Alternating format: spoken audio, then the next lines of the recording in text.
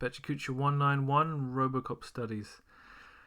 So I spent Monday, Tuesday, and Wednesday playing Kenshi. Just like in the previous week, I spent Monday, Tuesday, and Wednesday playing Star Wars games. So I've developed this habit of not drawing daily to counter the habit I had previously of drawing daily. One on Thursday, I tried to figure out what to do. I was just like, let's look at some anatomy, and it's like, why do I kind of fixate on this? Because it's like, it's not hard to just draw somebody who looks kind of, like a human. But when you start really trying to break down the muscle groups to draw like superheroes, just some random guy here. It's not One Punch Man. Next to Goku, who's got, he's got God Swole because he's literally stronger than gods at this point. But when you start adding the abs and the ribs and the muscles around the ribs, it's very easy to trip up on these things because there's a lot of stuff going on. It's not that clear how these things are defined. And I was also drawing Vegeta and then Feng Wei on the right from Tekken. Because there's, you can differentiate between simple faces and then a more aesthetically demanding level of line work. Is that something I should be doing as well? But really, Robocop's been added to Mortal Kombat 11 in an upcoming DLC character pack, and this has me hype in a way that it shouldn't. I'm a massive fan of Robocop. I don't own Mortal Kombat 11 and I don't intend to, but this makes me really second guess that. So Robocop, the 80s movie, is a movie I adore. I think it works as a satire, as a western, as a 80s violent action movie. Love the soundtrack, love the one-liners, I love it all. It helped define my childhood.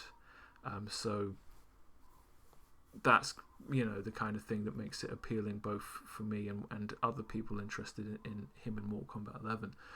So I just thought, I don't know what to do. Let's just copy a picture of Robocop, try and figure out how it is I draw the way I do. Is there a way for me to be figuring out a better, more accurate, faster rendering technique? I just kind of default to the chalk brush. I draw a kind of a sloppy first layer and then I kind of try and figure out what's going on in relation to that in the second. There's a lot of big, deep shadows in this image and I can't help but cross-hatch them. It's so labor-intensive and pointless, but I like where it leaves me. So I kind of fleshed out a sense of Robocop's proportions. He's doing one of those trick shot things that I love that he does. Why is his left hand in that position? Because it looks cool. The Robocop, it works on so many levels. So at this point I just decided to go in using an airbrush to just kind of black up those blacks because, ultimately I can't see what's going on with his hands. They're mostly silhouettes from the image I have. And for me to accurately depict what I see, I have to obscure what I can't see. So I'm not adding form whether I don't understand it. Then I went in with a little bit of, the metal work. It's kind of like a titanium blue. Color picking was not really... I didn't feel like color picking it straight off the image and just doing it by eye. It's more work than I could be bothered to put in. So I kind of did a little bit of the background, tried to add cinema strips like the big block black bits at the top and the bottom. And I think really I just muddy up the composition. But it's better than having a blank canvas, so at least on Thursday I managed to get something done. And on Friday I was like, can I come at this from a different angle, using shapes instead of lines? It's not something I do, it's not how I work. It makes me very uncomfortable and I don't have a workflow for it. I'm still trying to figure it out. And using the lasso tool, it's not, I don't think, working in that specific use for me. I decided I wanted to try and proportion what I was drawing in relation to Robocop's head. Where is everything in relation to Robocop's head by kind of its size? So I gridded up a grid and then decided I will use this grid as a reference and I will redraw the picture trying to actually watch those proportions. Like his left hand is like one head to the right of the canvas and then, lower down. can I sort of paint by numbers by relying on that grid? I found that my proportions by eye using the grid were mostly accurate. The red bits are bits where I should have put in lines and didn't. So I kind of had difficulty with his left arm and put his chin guard in the wrong place. And then I kind of traced the actual image, and then that's the red, and then I overlaid that over my black to see. You can see more or less the proportions are right. My eyes work well enough. I can grid the thing up.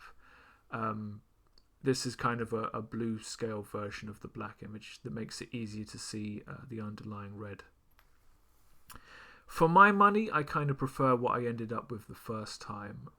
This is a more accurate proportioned picture based on the reference image, but what I find is I spread my Robocop out more horizontally. It makes his pose grander, and because he's striking a pose with his gun, and his chest is bigger, I feel like this is more heroic and in keeping with my aesthetic approach.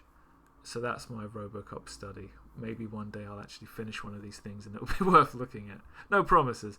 But Sad Clown of the Week, if we're talking about Robocop, has to be the more recent Robocop movie. I actually went and saw this in the cinema.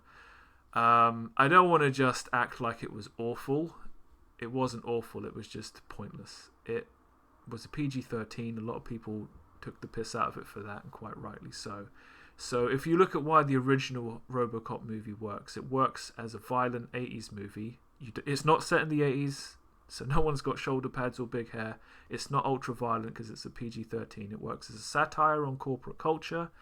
This doesn't, because it's got no political statement to make, even though they bothered to pay Samuel L. Jackson to show up to be like a fake Fox News guy, and then they just never did anything with it.